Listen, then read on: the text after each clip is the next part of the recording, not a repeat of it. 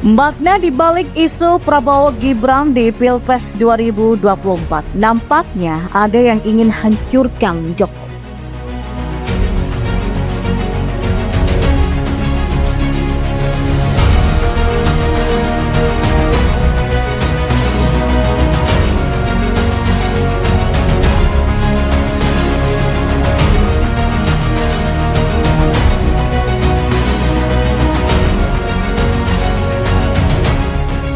Ya, masyarakat Indonesia pernah heboh ketika muncul isu memasangkan Jokowi Prabowo di Pilpres 2024.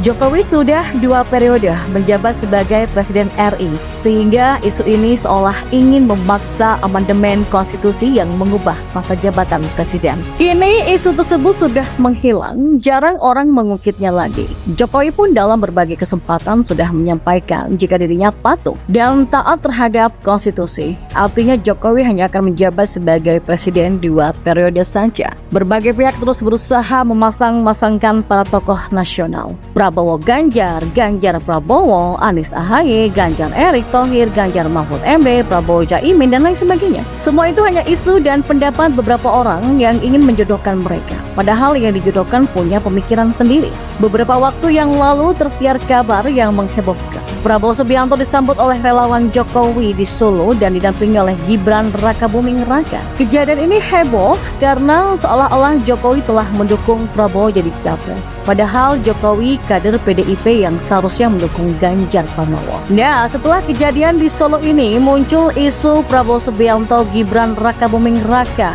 sebagai pasangan capres dan cawapres Pilpres 2024. Pasangan unik Prabowo Subianto, tokoh senior, dan Gibran politikus sangat muda. Ada beberapa makna di balik munculnya isu Prabowo dan Gibran. Yang pertama, memasangkan mereka sangat sulit terwujud, bahkan hampir mustahil. Undang-Undang Nomor 7 Tahun 2017 tentang Pemilu atau Undang-Undang Pemilu mengatur batas minimum usia capres dan cawapres setelah 40 tahun. Dari aturan ini, maka tidak memungkinkan lagi bagi Gibran untuk maju di Pilpres 2024. Gibran masih sangat muda. Putra sulung Presiden Jokowi ini lahir tanggal 1 Oktober 1987. Masih berusia 35 tahun. Butuh waktu 5 tahun lagi agar bisa maju jadi capres atau cawapres. Yang kedua, isu ini muncul tentu saja tidak sembarangan. Pencetus isu ini mungkin sudah berpikir jika Gibran sudah cocok jadi pemimpin nasional. Padahal usianya masih sangat muda dan tidak punya partai seperti halnya Prabowo Subianto, AHY, Zulhas, Caimin, dan lain-lain. Nggak terbayang tuh 5-10 tahun lagi. Dan sekarang sosok Gibran akan benar-benar menjadi tokoh nasional yang berkibar. Elektabilitas Gibran akan terus naik karena putra Jokowi karakter kepemimpinannya yang unik ini masih muda dan jadi media darling. Putra sulung SBY yakni AHY saja belum maksimal untuk masuk level tokoh nasional. Dirinya masih belum diyakini jadi cawapres. Faktanya Anies sampai saat ini juga belum memilih siapapun untuk jadi cawapresnya. Padahal di internal koalisi ada AHY. Bukan tidak mungkin Gibran akan menjelma menjadi the next Jokowi di masa datang. Gibran berpotensi bertarung secara politik dengan AHY dan tokoh muda lainnya. Bahkan jika Prabowo masih nyapres di tahun 2029 mungkin akan berhadapan dengan Gibran. Ya, nampaknya ambisi Prabowo sudah menggebu-gebu. Tapi apakah kalian ingat dengan jejak digital yang mengiringan itu? Kala itu Prabowo dan Ratna Sarumpait memiliki banyak kesamaan. Di antaranya sama-sama punya rumah tangga yang berantakan dan sama-sama anak pemberontak PRRI yang dibantu oleh Amerika. Jauh sebelum Prabowo tercatat sebagai capres RI 2019, Ratna sudah menunjukkan sikap mendukung Prabowo. Dengan cara apa? Mengkritisi kebijakan Jokowi yang terkadang tidak masuk akal.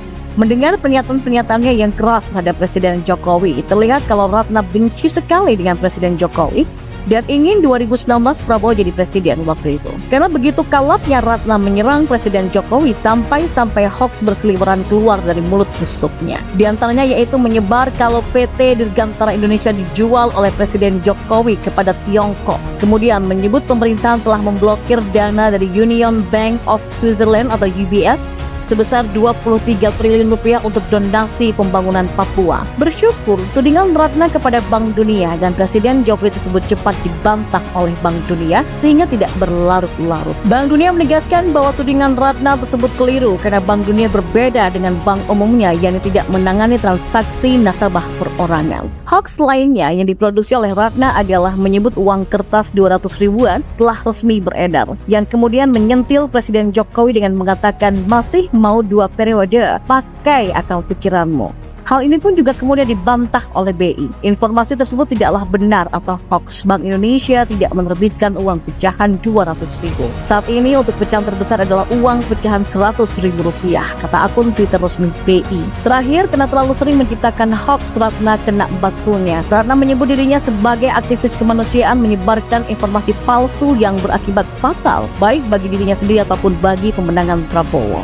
Seperti kata pepatah senjata makan tuan, Ratna mengakui jika dirinya digebuki oleh sekelompok orang yang kemudian dimanfaatkan oleh kubu Prabowo untuk pencitraan. Akan tetapi, kebohongan Ratna ini cepat terungkap oleh polisi sehingga ia terpaksa mengakui bahwa dirinya telah berbohong. Telah membohongi Prabowo dan tim suksesnya yang berencana menggoreng isu ini. Pendukung Jokowi lah yang telah memukuli Ratna, begitu katanya. Tapi seperti kata Ahok, jika Anda menzalimi saya, maka saya tidak akan membalas kezaliman Anda tersebut, tapi Tuhanlah yang akan membalasnya. Mereka yang berencana menzalimi Presiden Jokowi akhirnya kena batunya. Jika melihat wajah Yongleks yang penuh lebam pasca mengaku berantem dengan K-popper, persis seperti wajah Ratna. Hanya saja wajah Ratna versi yang gemuk. Dan yang jadi pembeda lainnya, kasus Yongleks tidak sampai menarik perhatian Prabowo. Prabowo tidak menggelar konferensi pers segala saat itu untuk mengutuk para pelaku penggebuk Yongleks. Ya, kita sangat prihatin, sangat kecewa, bahkan telah terjadi suatu aksi kekerasan, penganiayaan, pemukulan yang sangat kejam terhadap salah satu pimpinan daripada badan pemenangan kampanye kita,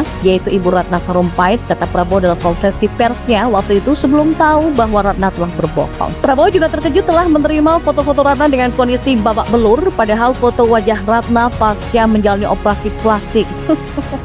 Luar biasa ya. Setelah ketahuan berbohong, Ratna diamankan oleh polisi karena diduga akan kabur ke Chile, mengikuti jejak Rizik yang sebelumnya kabur ke Arab Saudi pasca tersandung kasus cat mesum. Yang jadi pertanyaan sekarang soal kredibilitas Prabowo. Apakah ini bagian dari skenario Prabowo dan tim suksesnya untuk menjatuhkan citra Presiden Jokowi? Sehingga saat ini menggelar konferensi pers, Prabowo sebenarnya sudah tahu kalau Ratna berbohong. Atau apakah Prabowo memang benar-benar telah dibohongi oleh Ratna? Jika benar Prabowo telah terperdaya oleh Ratna, maka Prabowo layak disebut sebagai capres hoax, nggak punya kredibilitas dan ceroboh. Karena begitu mudahnya percaya terhadap informasi yang belum pasti kebenarannya dan tidak bisa melakukan sebuah cek fakta. Beda dengan Jokowi yang rela terjun ke lapangan untuk memastikan informasi yang diterimanya benar-benar real. Melihat Prabowo yang belum apa-apa sudah tertipu oleh Ratna ini menunjukkan bahwa Prabowo tidak layak dipilih jadi Presiden RI. Dan jika terpilih sebagai presiden, bisa berakibat fatal terhadap Indonesia. Dikhawatirkan membawa Indonesia menuju kehancuran. Kenapa? Yang pertama, Prabowo jelas tidak punya kendali terhadap timnya sendiri dengan membiarkan dirinya ditipu mentah-mentah oleh Ratna.